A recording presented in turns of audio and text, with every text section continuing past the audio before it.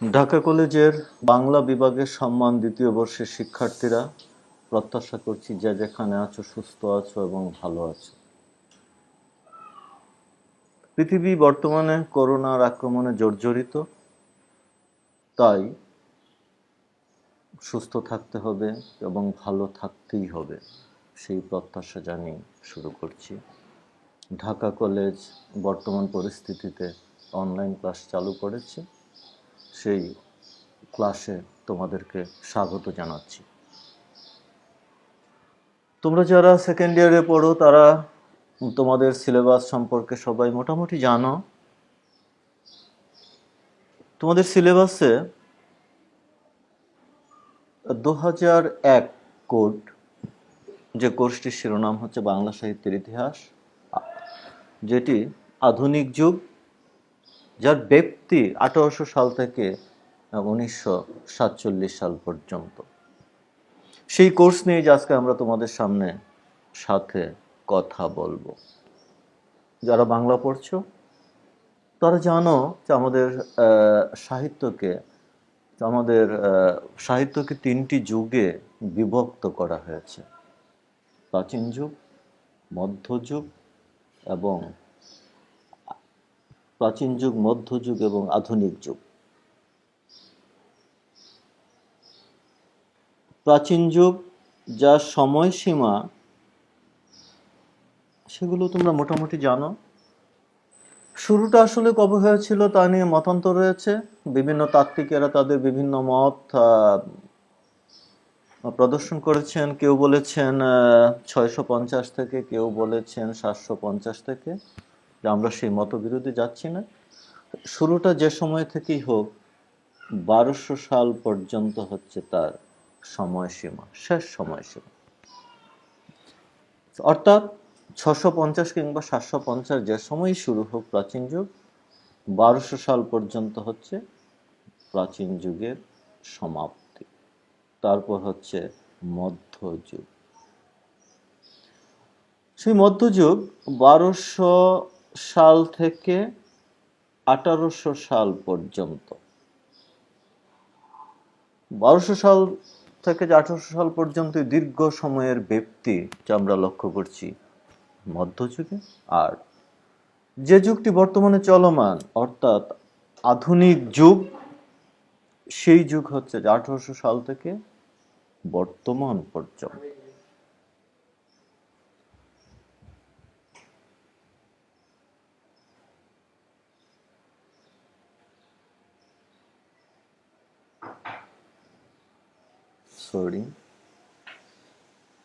আধুনিক যুগ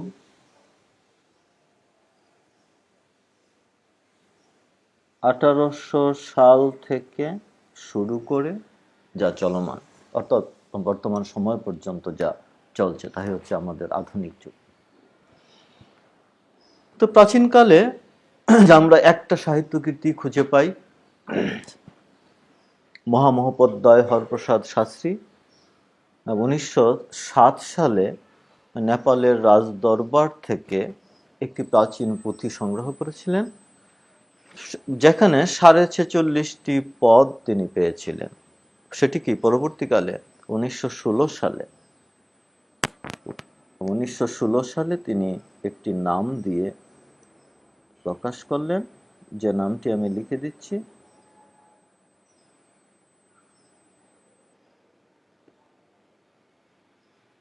প্রাচীনকালের একমাত্র সাহিত্য চর্যাপদ।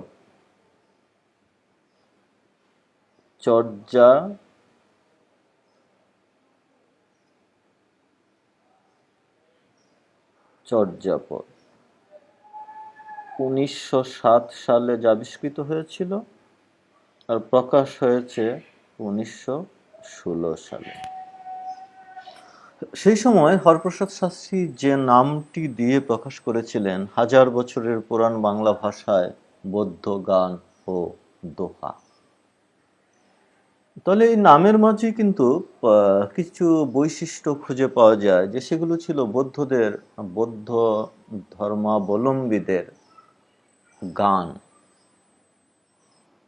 তোমরা জানো যে পাল শাসন আমল, অর্থাৎ পাল রাজারা ছিলেন বৌদ্ধ ধর্মাবলম্বী, সেই সময়ে এই চর্যাপদগুলো বাংলা সাহিত্যে রচিত হয়েছিল। সরি,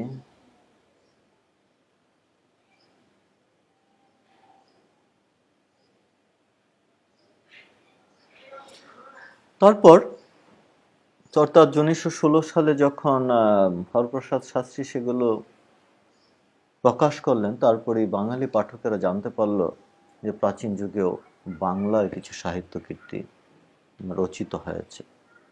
বৌদ্ধ সম্প্রদায়ের, বৌদ্ধ ধর্মাবলম্বীদের মাঝে একটি সম্প্রদায় ছিল সহজ্জান, যাকে সংক্ষেপে বলা হতো সহজিয়া। সেই সহজিয়া সম্প্রদায়ের সাধন পদ্ধতি সম্পর্কিত কতগুলি গান হচ্ছে চর্যাপদ, যার রচনাকাল পাল শাসনামল। এই যে প্রাচীনকালের সাহিত্যগুলো, সেই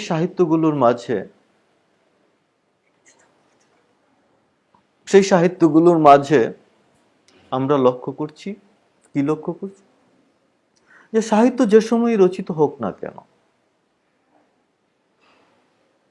সেই পদগুলো যে কোনো ধর্মাবলম্বীদের এই সঙ্গীত হোক না কেন, সেই সঙ্গীতগুলোরও যথেষ্ট সাহিত্য মূল্য রয়েছে।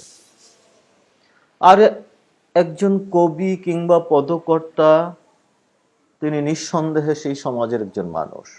সেই সমাজের মানুষ হিসাবে তিনি তার পদগুলোর মধ্য দিয়ে সেই সময়কার যে সমাজচিত্র, সেই সমাজচিত্রকে কখনো কখনো ফুটিয়ে তুলেছে। আর আরেকটি বড় কথা হচ্ছে, এই চর্যাপদগুলোর যথেষ্ট ঐতিহাসিক মূল্য আছে। যে তিনটা বিষয়ের প্রেক্ষিতে আমরা এই প্রাচীনকালের যে চর্যাপদ, সেই চর্যাপদগুলো পাঠ করি, যা বাংলা ভাষার প্রাচীনতম সাহিত্য কীর্তি।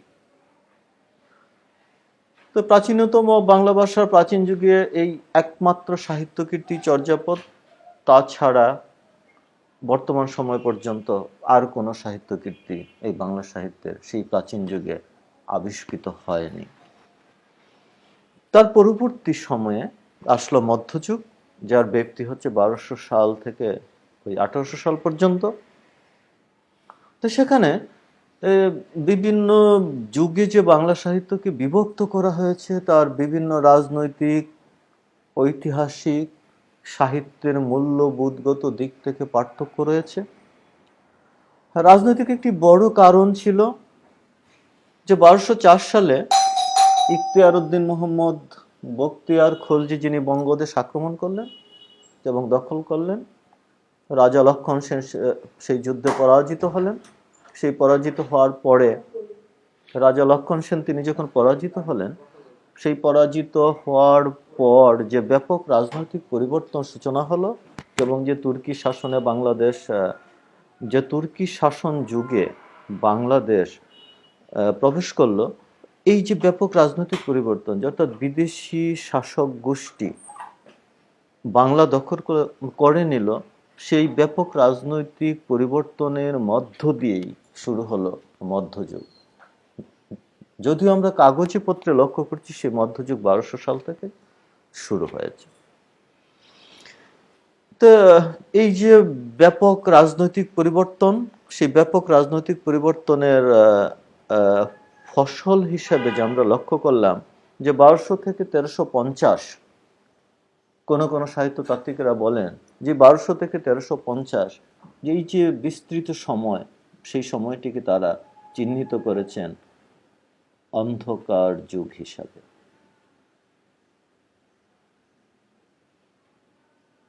বারোশো থেকে 1350 যে বিস্তৃত সময় হচ্ছে অন্ধকার যুগ। কেন? যে বিশাল রাজনৈতিক পরিবর্তন, যে বিদেশি শক্তি এসে বাংলা দখল করে নিল, সেই ব্যাপক রাজনৈতিক পরিবর্তনের সূচনা হলো। সেই সময়ে হয়তোবা সমাজে একটি অস্থিরতা বিরাজ করছিল। সেই সমস্ত কারণেই সেই সময়ে সাহিত্য তৈরির মতো সুস্থ মানসিকতা সমাজে বর্তমান ছিল না। তারপরও সেই সময়ে কিছু সাহিত্য লক্ষ্য করা যায়, সেগুলো হচ্ছে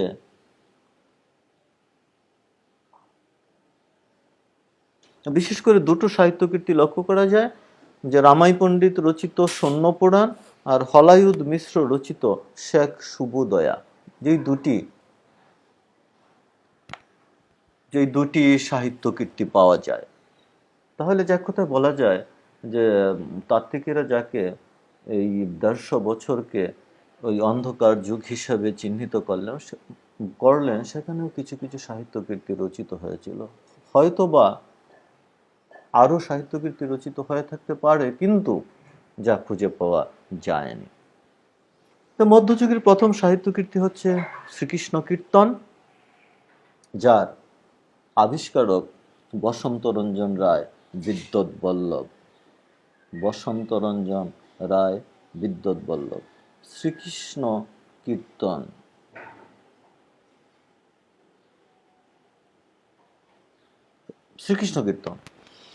সেই শ্রীকৃষ্ণ কীর্তন কাব্যটিও বসন্তরঞ্জন রায় বিদ্যুৎ বল্লভ যা আবিষ্কার করেছিলেন চর্যাপদ আবিষ্কারের ২ বছর পরে ১৯০৯ সালে বাঁকুড়া জেলার এই গৃহস্থ বাড়ির গোয়ালঘর থেকে যে তিনি সেই প্রাচীন একটি পুঁথি আবিষ্কার করলেন এবং পরে ১৯১৬ সালে সেটিকে প্রকাশ করলেন, যেটি একটি কাহিনী কাব্য এবং যেই কাব্যটির রচয়িতা হচ্ছেন বড়ুচণ্ডী দাস। তো বড়ুচণ্ডী দাস যে কাব্যটি লিখলেন শ্রীকৃষ্ণ কীর্তন, সেই কাব্যটি হচ্ছে মধ্যযুগের প্রাচীনতম সাহিত্যকীর্তি, যেমন 3টি চরিত্রের মধ্য দিয়ে যেন একটা নাটকীয় ভাবে বড়ুচণ্ডী দাস সেই কাব্যটি তৈরি করেছিলেন। 3টি চরিত্র হচ্ছে রাধা, কৃষ্ণ এবং বড়াই। তো মধ্যযুগের এই শ্রীকৃষ্ণ কীর্তনের পরবর্তী ধাপে যে আমরা লক্ষ্য করি যে বিভিন্ন মঙ্গল কাব্য তৈরি হয়েছে, চণ্ডী মঙ্গল, মনসা মঙ্গল, শিব মঙ্গল, ধর্ম মঙ্গল, কালিকা মঙ্গল, অন্নদা মঙ্গল। অন্নদা মঙ্গল হচ্ছে মধ্যযুগের শেষ কাব্যগ্রন্থ, যার রচয়িতা ছিলেন ভারতচন্দ্র রায়গুণাকর। যে বিভিন্ন মঙ্গল কাব্যগুলো তৈরি হলো, যে বিভিন্ন মঙ্গল কাব্যগুলোর তৈরির যে কাঠামো প্রায় একরকম, যে স্বর্গ থেকে যে একজন দেবশিশু তিনি মর্তে আসলেন অভিশপ্ত হয়ে কোনো দেব কিংবা দেবীর পূজা প্রচার করার জন্য। এই সমস্ত মঙ্গল কাব্যগুলোর বৈশিষ্ট্য ঠিক একই রকম। এই সমস্ত মঙ্গল কাব্যগুলো ছাড়াও আমরা লক্ষ্য করি যে আরো বিভিন্ন ধরনের সাহিত্য, যেমন নাচ সাহিত্য রচিত হয়েছে। আর মধ্যযুগের যার একটি গুরুত্বপূর্ণ সাহিত্য ধারা হচ্ছে অনুবাদ সাহিত্য, যেখানে আমরা কি লক্ষ্য করছি, যে সাহিত্যে এসে যে আমরা লক্ষ্য করছি রামায়ণ, মহাভারত, ভাগবত, যেগুলো সংস্কৃত ভাষার সাহিত্য, সেই সাহিত্যগুলোকে বঙ্গানুবাদ করেছেন সেই মধ্যযুগের কবিরা।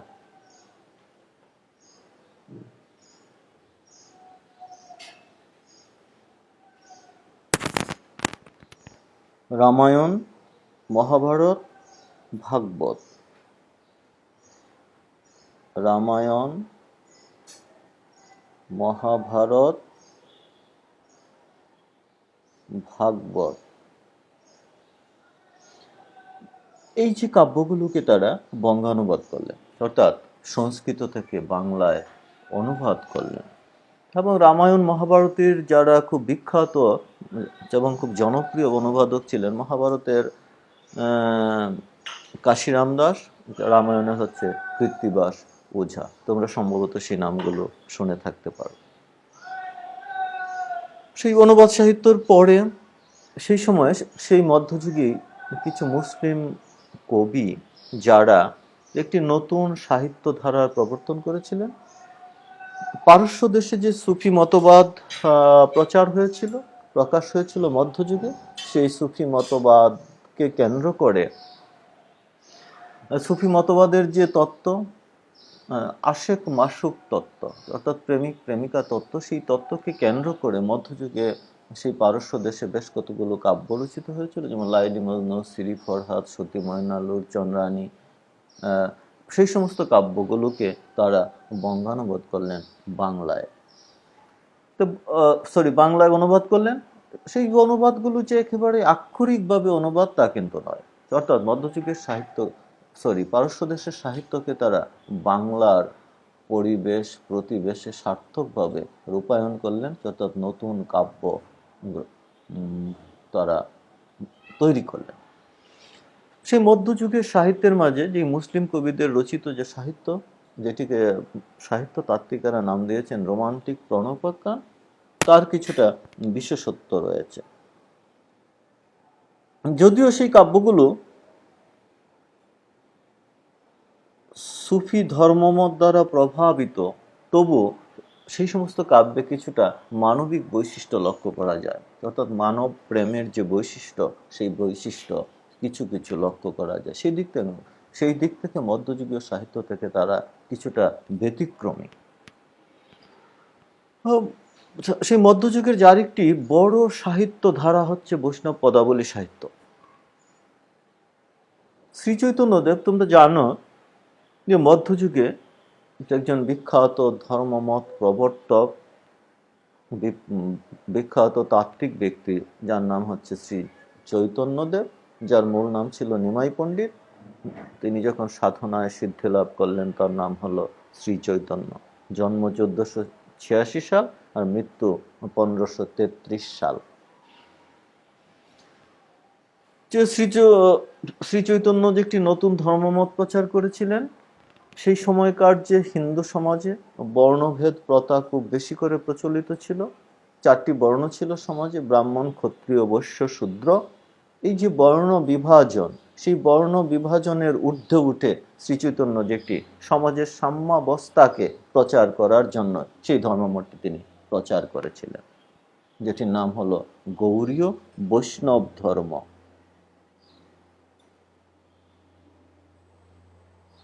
গৌড়ীয় বৈষ্ণব ধর্ম।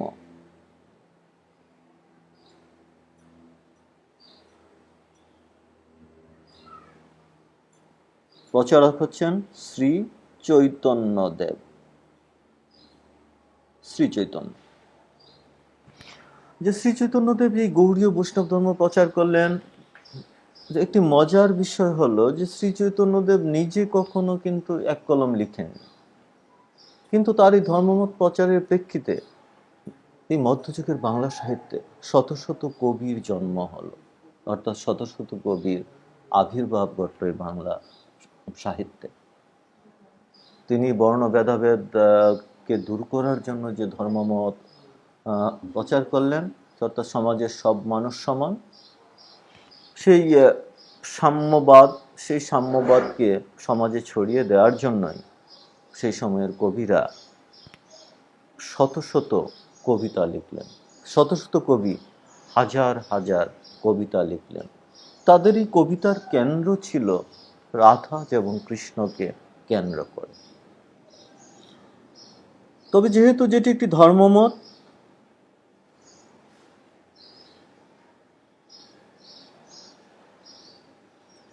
সেই ধর্মমতের ভিত্তি ছিল জীবাত্মা পরমাত্মা তত্ত্ব। জীবাত্মা পরমাত্মা তত্ত্ব, জীবাত্মা পরমাত্মা। তো সেই রূপকার্থে রাধা কৃষ্ণকে দেখা হলো জীবাত্মা পরমাত্মা হিসাবে, অর্থাৎ কৃষ্ণ হচ্ছে পরমাত্মা, সৃষ্টিকর্তা, আর রাধা হচ্ছে জীবাত্মা। কৃষ্ণ হচ্ছে পুরুষ প্রকৃতি, সৃষ্টিকর্তা, আর রাধা হচ্ছে নারী প্রকৃতি, জীবাত্মা। তো এই যে জীবাত্মা পরমাত্মা তত্ত্বের ভিত্তিতে তারা হাজার হাজার পদ লিখলেন। সেই পদগুলোকে কিন্তু কেউ কেউ বাংলা সাহিত্যের গীতি কবিতা, অর্থাৎ সে মধ্যযুগের গীতি কবিতা হিসাবে স্বীকৃতি দান করেছে। তোমাদের যার একটি গ্রন্থ পাঠ্য আছে, মধ্যযুগের বাংলা গীতি কবিতা ও বাউল গান, যে নামকরণটির মাঝেই কিন্তু বোঝা যায় যে পদাবলী সাহিত্যগুলো অনেকটা গীতি কবিতার মানে উত্তীর্ণ হয়েছিল। তো তোমরা সেই সময়কার যে বিখ্যাত গীতিকবি, অর্থাৎ পদাবলী সাহিত্যের বিখ্যাত কয়েকজন কবির নাম অবশ্যই শুনেছ, বিদ্যাপতি, চণ্ডীদাস, জ্ঞানদাস, গোবিন্দ দাস। সেই চণ্ডীদাসের বাণী তোমরা অবশ্যই শুনে থাকবে যে শোনো হে মানুষ ভাই, সবার উপরে মানুষ সত্য, তাহার উপরে নাই। সেই মধ্যযুগের কবি চণ্ডীদাসের বিখ্যাত বাণী, মানুষকে যিনি খুব শ্রেষ্ঠ হিসাবে দেখেছিলেন। সেই পদাবলী সাহিত্য ছাড়াও যে আমরা যে অনেকগুলো সাহিত্য কীর্তির কথা মধ্যযুগে বললাম, সেই সাহিত্য কীর্তিগুলো বাদ দিলেও যে আমরা যার একটি সাহিত্য ধারা লক্ষ্য করি, যে সাহিত্যটি হচ্ছে চরিত সাহিত্য ধারা। শ্রীচৈতন্যদেব, যে আমরা পূর্বেই বলেছি যে শ্রীচৈতন্যদেব নিজে কখনো কোনো কিছু লিখেননি, অর্থাৎ তার কোনো নিজের লেখা পাওয়া যায় না, কিন্তু তারপরেও তাকে কেন্দ্র করে মধ্যযুগে একটি নবজাগরণী তৈরি হয়েছিল। বাংলা সাহিত্যের পরবর্তীকালের বিখ্যাত তাত্ত্বিক ডক্টর আহমদ শরীফ তিনি বলেছিলেন যে বাংলা সাহিত্যে দুটি নবজাগরণ সংঘটিত হয়েছে, যে একটি মধ্যযুগে শ্রীচৈতন্যদেবের জন্মের পরে, অর্থাৎ শ্রীচৈতন্যদেবের গৌড়ীয় বৈষ্ণব ধর্মমত প্রবর্তনের পর, এবং দ্বিতীয় নবজাগরণটি হচ্ছে ব্রিটিশ শাসন শুরুর পর, অর্থাৎ 19 শতকে এসে। তো সেই শ্রীচৈতন্যদেবের মৃত্যুর পরে তার ভক্তবৃন্দরা শ্রীচৈতন্যদেবের জীবনী আর কর্মকে কেন্দ্র করে তারা বিভিন্ন জন কতগুলো কাব্য রচনা করেছেন। তার মাঝে উল্লেখযোগ্য হচ্ছেন বৃন্দাবন দাস, লোচন দাস, কৃষ্ণদাস কবিরাজ প্রমুখ। কৃষ্ণদাস কবিরাজের চৈতন্য চরিতামৃত গ্রন্থটি খুবই সমৃদ্ধ এবং চরিত সাহিত্যের মাঝে একটি শ্রেষ্ঠ সাহিত্য কীর্তি বলা যেতে পারে। তো সেই মধ্যযুগের সাহিত্য ধারা যেইভাবে বিবর্তিত হতে থাকলো, তারপর মধ্যযুগের শেষ কবি ভারতচন্দ্র রায় গুণাকর, যার জন্ম মোটামুটি ধরে নেওয়া যায় 1705 থেকে 1710 সালের মধ্যে, যার মৃত্যু হচ্ছে 1760 সালে, অর্থাৎ পলাশীর যুদ্ধের 3 বছর পর।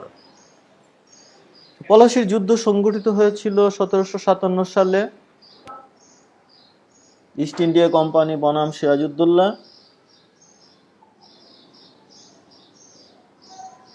পলাশীর যুদ্ধ। তোমরা এই পলাশীর যুদ্ধ সম্পর্কে মোটামুটি জানো।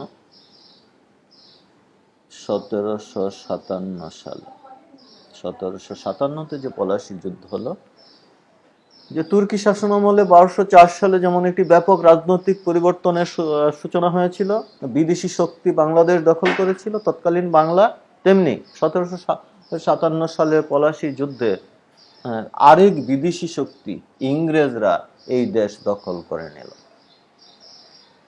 ইংরেজরা তো ব্রিটেন আর এই দেশ দখল করতে আসেনি, তাদেরই একটি কোম্পানি, ব্যবসা করত যে কোম্পানি, ব্যবসার একটি কোম্পানি, যে কোম্পানিটির নাম ছিল ইস্ট ইন্ডিয়া কোম্পানি, সেই কোম্পানি সিরাজউদ্দৌলার যে প্রধান সেনাপতি ছিল মির্জাফর, সেই মির্জাফরের সহায়তায়, অর্থাৎ মির্জাফরের বেঈমানির সুযোগ নিয়ে নবাব সিরাজউদ্দৌলাকে পরাজিত করলো, বন্দী করলো এবং হত্যা করলো। তারপরে তারা ক্ষমতায় বসালো মির্জাফরকে। তো মির্জাফরকেও বেশি দিন তারা ক্ষমতায় টিকিয়ে রাখলো না, এবং পরে মির্জাফরের জামাতা মীর কাসিমকে তারা ক্ষমতায় বসালো। তো মীর কাসিম কিছুটা স্বাধীন চেতা ছিলেন, সেজন্যই তার সাথেও ব্রিটিশদের একটি দ্বন্দ্ব শুরু হলো। সেই দ্বন্দ্বের ফল হলো যে 1764 সালে যার একটি যুদ্ধ হলো, যে যুদ্ধের নাম হচ্ছে বক্সারের যুদ্ধ, মীর কাসিম বনাম ইস্ট ইন্ডিয়া কোম্পানি। সেই বক্সারের যুদ্ধে মীর কাসিম পরাজিত হলেন এবং নিহত হলেন। তো 1764 যে বক্সারের যুদ্ধ, 1764 বক্সারের যুদ্ধ, সেই বক্সারের যুদ্ধের পরেই ব্রিটিশরা সরাসরি এই দেশের ক্ষমতা, অর্থাৎ তৎকালীন বাংলার ক্ষমতা তারা গ্রহণ করে নিল, অর্থাৎ বিদেশি শক্তি বাংলা দখল করে নিল। আবার ব্যাপক রাজনৈতিক পরিবর্তনের সূচনা হলো। সেই রাজনৈতিক পরিবর্তনের ফসল হিসেবে যে আমরা লক্ষ্য করলাম, সমাজে যার একটি চরম ভাবে অস্থিরতা বিরাজিত হলো। সেই সময়ে আর মধ্যযুগের সাহিত্য কীর্তির যে ধারা, সেই ধারাটি আর প্রবহমান রইল না। তো ব্রিটিশ শাসন যা আমাদের যথেষ্ট ক্ষতি করেছে, 200 বছর আমাদের পূর্বপুরুষকে তারা গোলামিতে আচ্ছন্ন করে রেখেছে, কিন্তু একটা দিক থেকে যে আমাদের কিছুটা উপকার করে গেছে, সেই উপকারের দিকটি হলো শিক্ষা ব্যবস্থা। মধ্যযুগের যে শিক্ষা ব্যবস্থা ছিল ধর্মকেন্দ্রিক শিক্ষা ব্যবস্থা, সেই ধর্মকেন্দ্রিক শিক্ষা ব্যবস্থাকে সম্পূর্ণ উঠিয়ে দিয়ে তারা স্কুল কলেজ প্রতিষ্ঠা করতে শুরু করলো, অর্থাৎ জ্ঞান কেন্দ্রিক শিক্ষা ব্যবস্থা চালু হলো। সেটি হচ্ছে 1800 সালের পর থেকে, অর্থাৎ আমাদের সাহিত্যের যে যুগ বিভাগ, সেই যুগ বিভাগের মধ্যে আধুনিক যুগে এসে। তো মধ্যযুগের শেষ কবি যে আমরা পূর্বেই বলেছি ভারতচন্দ্র রায়গুণাকর, সেই ভারতচন্দ্র রায়গুণাকরের যখন মৃত্যু হলো,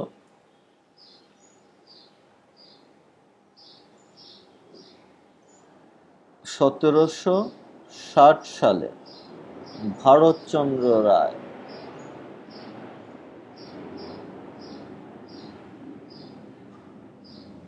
1760 সালে ভারতচন্দ্র রায়ের মৃত্যু হলো। সেই মৃত্যুর মধ্য দিয়ে মূলত মধ্যযুগের সমাপ্তি ঘটল। সেই মধ্যযুগের সমাপ্তির পরে যে আমরা কি লক্ষ্য করি বাংলা সাহিত্যে, সেই 1760 থেকে প্রায় 1850, এই 90 বছর কিংবা মতান্তরে যে 1860 পর্যন্ত যে আমরা লক্ষ্য করি, এই সময়টিকে সাহিত্য তাত্ত্বিকরা বলছেন যুগ সন্ধিক্ষণ, কেউ কেউ বলছেন অবক্ষয়ের যুগ। মধ্যযুগের যে সাহিত্য দ্বারা সমাপ্ত হলো, নতুন চেতনা জাগ্রত হতে শুরু করলো যে বাঙালি সমাজ ব্যবস্থায়। সেই সময়কার যে যুগ সন্ধিক্ষণ যে সময়টি, সেই সময়টিতে যে আমরা লক্ষ্য করছি সাহিত্য কীর্তি রচিত না হলেও কবিওয়ালা নামক একটি সম্প্রদায় যারা এই বাংলা সাহিত্যাঙ্গনের যে মঞ্চ, সেই মঞ্চটিকে তারা দখল করে রাখতে পেরেছিলেন, যাদের নামই হচ্ছে কবিওয়ালা। সেই কবিওয়ালারা কি করতেন? তারা মঞ্চে উঠে তাৎক্ষণিকভাবেই গান রচনা করতেন, যাদের এই গানগুলোর বিষয় ছিল ধর্ম কেন্দ্রিক বিভিন্ন বিষয়। তারা কখনো রামায়ণ মহাভারত থেকে কাহিনী কে কেন্দ্র করে, কিংবা কখনো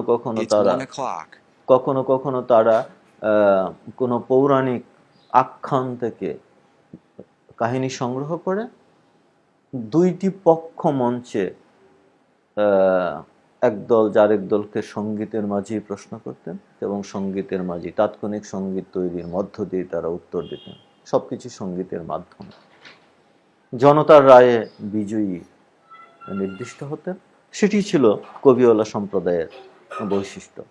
অর্থাৎ সেই সময়কার যে বাংলা সাহিত্যের মঞ্চ, সেই মঞ্চ কবিওয়ালা সম্প্রদায় দখল করে দেবে। কবিয়াল, কেউ কেউ বলতেন শুধু কবি, কেউ কেউ বলতেন কবিয়াল, কেউ কেউ বলতেন কবিওয়ালা। তাদের মাঝে বিখ্যাত কয়েকজন ছিলেন গোজলাগুই, রাম ঠাকুর, হরু ঠাকুর, কেষ্টামুচি, অ্যান্টনি ফিরিঙ্গি, নিতাই বৈরাগী, রাম বসু, ভোলা ময়রা, অ্যান্টনি ফিরিঙ্গি, দাশরথী রায় প্রমুখ কবিওয়ালা, যারা সেই সময়কার বাংলা সাহিত্যের যে মঞ্চ, সেই মঞ্চ দাপিয়ে বেরিয়েছে। এবং সেই সময়কার যে আরেকটি সাহিত্য ধারা হচ্ছে পুঁথি সাহিত্য, যাদের শায়ের, এই পুঁথি সাহিত্য যারা রচনা করতেন তাদেরকে বলা হতো শায়ের। কিছু মুসলিম কবি যারা মুসলিমদের বিভিন্ন কাহিনীকে কেন্দ্র করে, মুসলিম ঐতিহ্যের বিভিন্ন কাহিনীকে কেন্দ্র করে তারা কিছু কাব্য রচনা করেছিলেন। সেই সাহিত্যটির কিছু কিছু তাত্ত্বিক সেই সাহিত্য ধারাকে নাম দিয়েছেন পুঁথি সাহিত্য। কেউ কেউ বলেছেন বটতলার পুঁথি, কারণ বটতলায় বসে সেই পুঁথিগুলো পাঠ করা হতো সুর করে। তাদের মাঝে উল্লেখযোগ্য ফকির গরিবুল্লাহ, সৈয়দ হামজা প্রমুখ। তো এই কবিওয়ালা কিংবা শায়ের সম্প্রদায়ের সমাপ্তির পরে, অর্থাৎ এই কবিওয়ালারা এবং শায়েররা যারা মঞ্চকে দখল করে রেখেছিলেন যুব সন্ধিক্ষণের পুরাটি সময়, সেই সময়ের পর যে আমরা লক্ষ্য করলাম,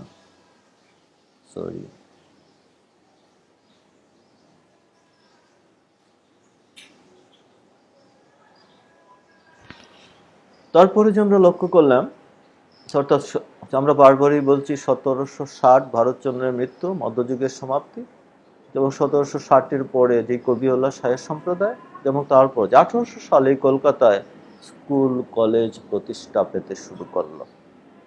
প্রথমে প্রতিষ্ঠা হলো ফোর্ট উইলিয়াম কলেজ 1800 সালে, এবং তারপর 1817 সালে প্রতিষ্ঠা পেল হিন্দু কলেজ। আমরা পূর্বেই বলেছি 1757 সালের পলাশীর যুদ্ধ, 1764 সালের বক্সারের যুদ্ধ, পরবর্তী সময় 1800 সাল থেকেই নতুন শিক্ষা ব্যবস্থার সূচনা। সেই নতুন শিক্ষা ব্যবস্থার সূচনার মধ্য দিয়েই কিন্তু বাঙালির যে মধ্যযুগের মানসিকতা, সেই মধ্যযুগের মানসিকতা পাল্টাতে শুরু করলো। আমরা যে সময়টি নিয়ে কথা বলছি, সেই সময়টি হচ্ছে আধুনিক যুগ, যার ব্যক্তি, যার সূচনা হয়েছে 1800 সাল থেকে, যা বর্তমানে চলমান। আর আমাদের পাঠ্য হচ্ছে 1947 সাল পর্যন্ত, অর্থাৎ প্রায় 150 বছরের সাহিত্য কীর্তিকে আমরা মূল্যায়ন করব বিভিন্নভাবে। তো 1800 সাল থেকে যে ইংরেজি শিক্ষার সূত্রপাত হয়, স্কুল কলেজ জ্ঞান কেন্দ্রিক শিক্ষা ব্যবস্থা চালু হলো। মধ্যযুগের যে শিক্ষা ব্যবস্থা, সেই শিক্ষা ব্যবস্থাটা কেমন ছিল? সেই শিক্ষা ব্যবস্থা যে আমরা লক্ষ্য করি, যে ছেলে মুসলিম ঘরে জন্মগ্রহণ করেছে, সেই ছেলে পড়তে যাবে মক্তব কিংবা মাদ্রাসায়। যার যে ছেলে হিন্দুর ঘরে জন্মগ্রহণ করেছে, সে পড়তে যাবে টোল কিংবা চতুষ্পাটিতে। মক্তব কিংবা মাদ্রাসায় যে শিক্ষা দেওয়া হতো ধর্মকেন্দ্রিক শিক্ষা, আর টুল এবং চতুষ্পাটিতে যে শিক্ষা দেওয়া হতো সেটিও ধর্মকেন্দ্রিক শিক্ষা, অর্থাৎ সংস্কৃত ভাষায় কতগুলো প্রচলিত ধর্মগ্রন্থ, যেমন কিছু কাব্য সাহিত্য, শিক্ষা শেষ। অর্থাৎ মধ্যযুগের সমস্ত শিক্ষাই ছিল ধর্মকেন্দ্রিক শিক্ষা। সেই ধর্মকেন্দ্রিক শিক্ষা পাল্টাতে শুরু করলো ইংরেজি শিক্ষার প্রভাবে এসে। টুল চতুষ্পাটি বন্ধ হওয়ার উপক্রম হলো। তো এই যে শিক্ষা ব্যবস্থার পরিবর্তনের মধ্য দিয়ে বাঙালির মনোজগতে একটি ব্যাপক পরিবর্তনের সূচনা হলো। যেই পরিবর্তনটি কি যে আমরা বলছি 19 শতকীয় নবজাগরণ। মধ্যযুগের সমস্ত কুপমণ্ডকতা, সীমাবদ্ধতা, সেই সময়কার যে দুর্বল মানসিকতা, সেই দুর্বল মানসিকতাকে বাদ দিয়ে বাঙালি নতুন করে সম্মুখ পানে তাকাবার সুযোগ পেল এই ব্রিটিশ প্রবর্তিত শিক্ষা ব্যবস্থার মধ্য দিয়ে। 1917 সালে হিন্দু কলেজ প্রতিষ্ঠা পেল। হিন্দু কলেজের নাম একটু নিতেই হবে, এই জন্য যে সেই কলেজে একজন বিখ্যাত শিক্ষক ছিলেন, যার নাম ছিল ডি রোজিও। নামটি তোমরা অবশ্যই মনে রাখবে,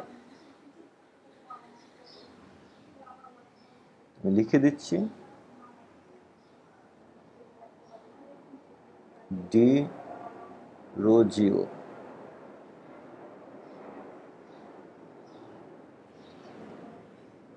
তিনি খুব দীর্ঘায়ু ছিলেন না।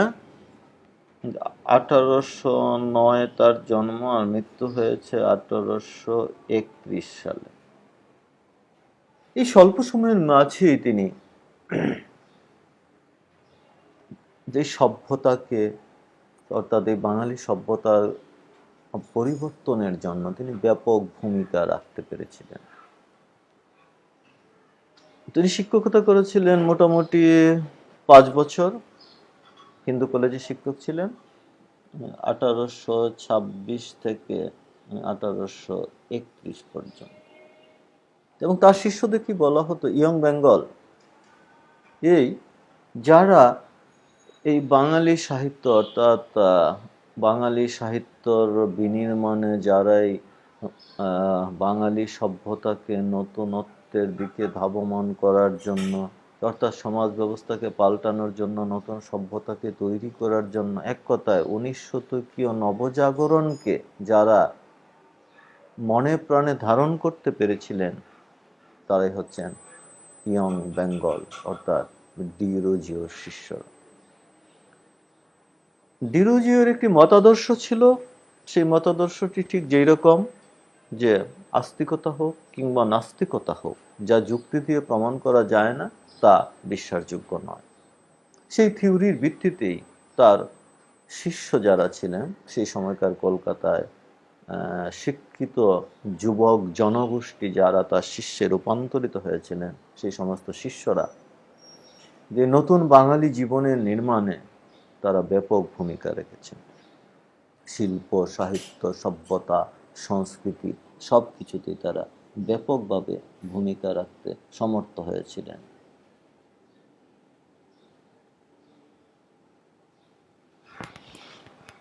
সেই ইয়ং বেঙ্গলদের অর্থাৎ ডিরোজিওর কিছু কিছু শিষ্যের নাম অবশ্যই উল্লেখ করতে হবে। তারাচাঁদ চক্রবর্তী, কৃষ্ণমোহন বন্দ্যোপাধ্যায়, দক্ষিণানন্দ মুখোপাধ্যায়, পেরিচাঁদ মিত্র, রামগোপাল ঘোষ, রসিকৃষ্ণ মল্লিক, পেরিচাঁদ মিত্র, রাধানাথ শিকদার, রামতনু লাহিড়ী প্রমুখ ব্যক্তিবর্গ যারা যে বাঙালির মাঝে এই 19 শতকীয় নবজাগরণকে ছড়িয়ে দিতে পেরেছিলেন। আমরা 19 শতকীয় নবজাগরণ সংক্ষেপে বললাম যে মধ্যযুগের চিন্তা চেতনাকে বাদ দিয়ে নতুনকে বরণ করে নেয়ার যে চেষ্টা, অর্থাৎ যে মনস্তাত্ত্বিক পরিবর্তন, সেই পরিবর্তনটি হচ্ছে 19 শতকীয় নবজাগরণ, যা ব্রিটিশ শাসন শুরুর অর্থাৎ পরে 1800 সাল থেকে 1800-র কাছাকাছি সময় থেকে যার সূচনা হয়েছিল। নতুন শিক্ষা ব্যবস্থা আসলো, যে আমরা পূর্বেই বলেছি মধ্যযুগীয় ধর্মকেন্দ্রিক শিক্ষা ব্যবস্থা পরিবর্তিত হলো, স্কুল কলেজ প্রতিষ্ঠা হলো, নতুন শিক্ষা ব্যবস্থার মধ্য দিয়ে জ্ঞান কেন্দ্রিক শিক্ষা ব্যবস্থা চালু হলো, মানুষের যে মনস্তাত্ত্বিক পরিবর্তনের সূচনা হলো, সেটি হচ্ছে 19 শতকীয় নবজাগরণ। ইংরেজি ভাষার মাধ্যমে শিক্ষা শুরু হলো, মক্তব মাদ্রাসা টোল চতুষ্পাঠী আস্তে আস্তে বন্ধ হতে শুরু করলো, এবং বাংলা সাহিত্য শিক্ষার একটি ব্যাপক প্রভাব কিন্তু সাহিত্যে পরিলক্ষিত হবে। সেটি খুব স্বাভাবিক যে শিক্ষা যখন পরিবর্তিত হবে, বাঙালি যুবকরা যখন যে ইংরেজি সাহিত্য, ইংরেজি শিক্ষা ব্যবস্থা, যে ইংরেজি সাহিত্য চর্চা করতে শুরু করলো, সেই চর্চার মধ্য দিয়ে তারা বাংলা সাহিত্যকেও নতুনভাবে তৈরি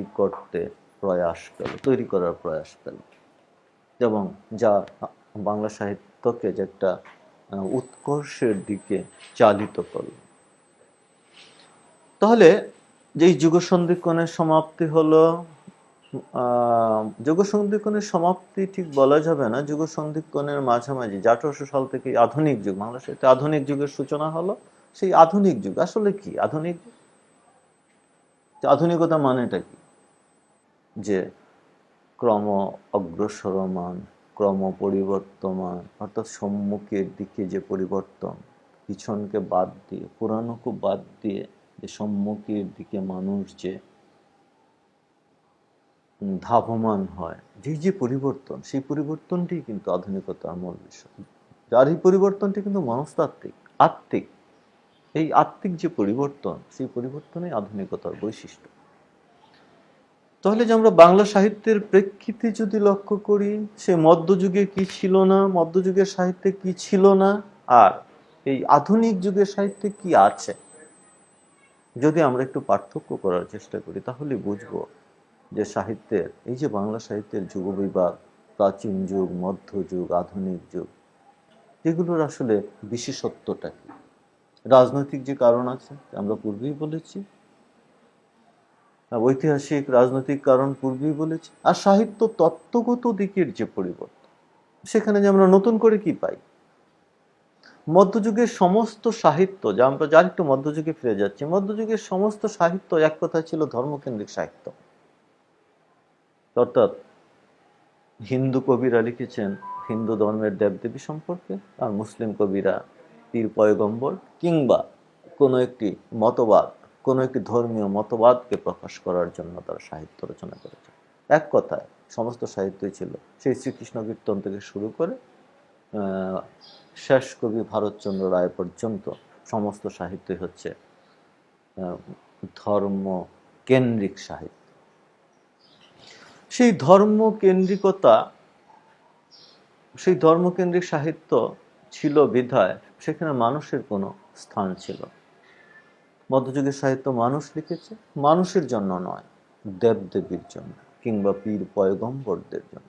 সেখানে মানুষের কোনো স্থান নেই। মানুষ সাহিত্য রচনা করছে দেবদেবী দ্বারা আদিষ্ট হয়ে।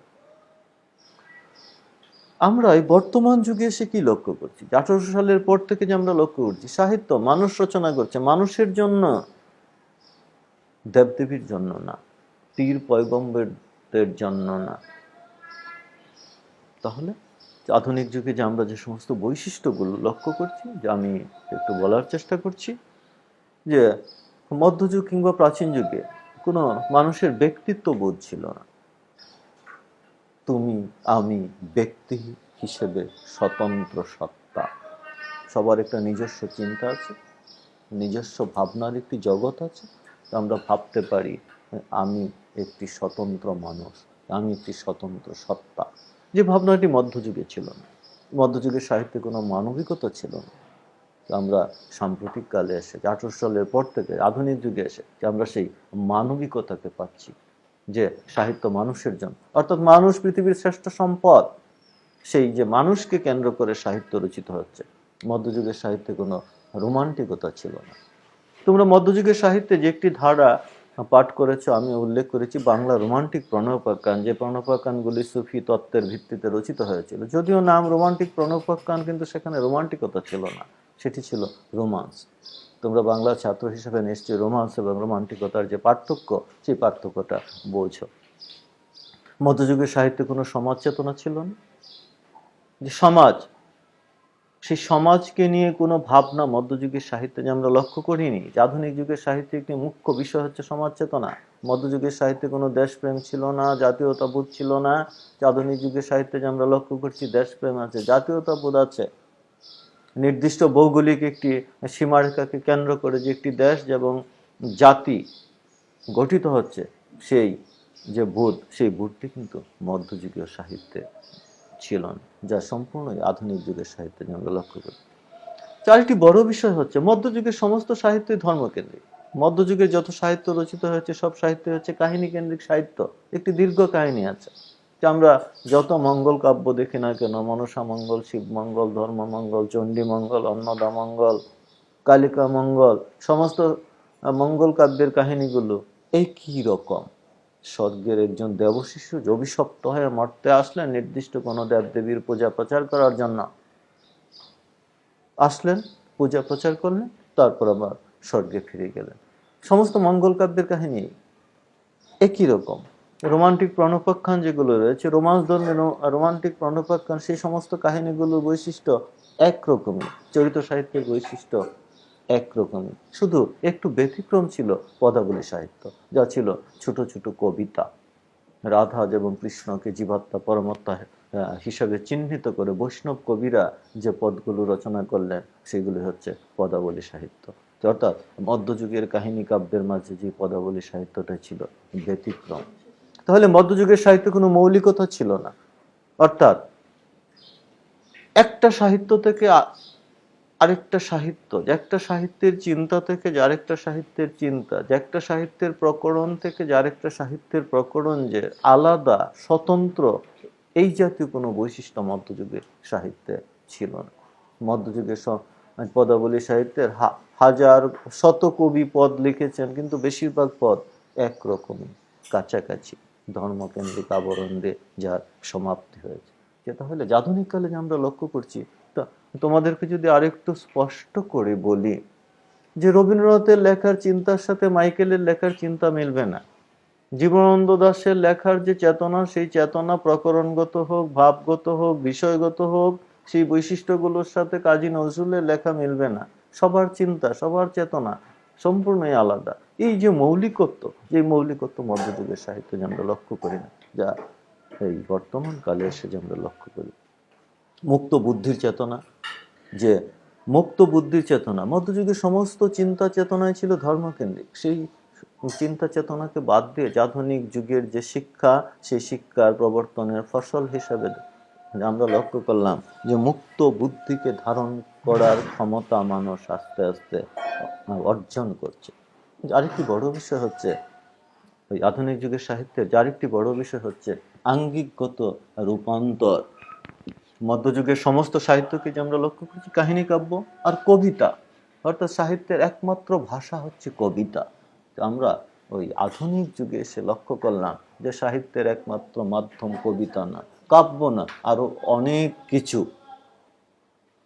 মধ্যযুগের মানুষ কখনো কল্পনাই করতে পারেনি যে বাংলা গদ্য অর্থাৎ মুখের ভাষা, বাংলা গদ্য, মুখের ভাষা গদ্য দিয়ে সাহিত্য রচিত হতে পারে। সেটি মধ্যযুগের সাহিত্যিকরা কল্পনাও করতে পারেনি, ভাবতেও পারেনি। আর আধুনিক যুগে এসে আমরা কি লক্ষ্য করছি যে সাহিত্যের ভাষা যে একটি মুখ্য মাধ্যম হচ্ছে গদ্য। সেই গদ্যের যে বিভিন্ন আঙ্গিক রয়েছে, ছোট গল্প, নাটক, উপন্যাস, প্রবন্ধ, সবগুলো কিন্তু জনপ্রিয়। অর্থাৎ বর্তমানকালে যে আমরা লক্ষ্য করছি যে কবিতার ভাষার যে গদ্যের ভাষাই বেশি জনপ্রিয়, মানুষের মাঝে বেশি প্রভাব বিস্তার করতে পেরেছে। তাহলে এই যে আঙ্গিকের রূপান্তর, মধ্যযুগের যে সাহিত্য ছিল শুধু কাহিনী কাব্য, আমরা বর্তমানকালে সাহিত্যে কত কত আঙ্গিক পেয়ে যাচ্ছি। গীতি, কবিতা, নাটক, উপন্যাস, ছোট গল্প, মহাকাব্য, কাহিনী কাব্য রয়েছে, কত কিছু যা মধ্যযুগে ছিল না। আর মধ্যযুগের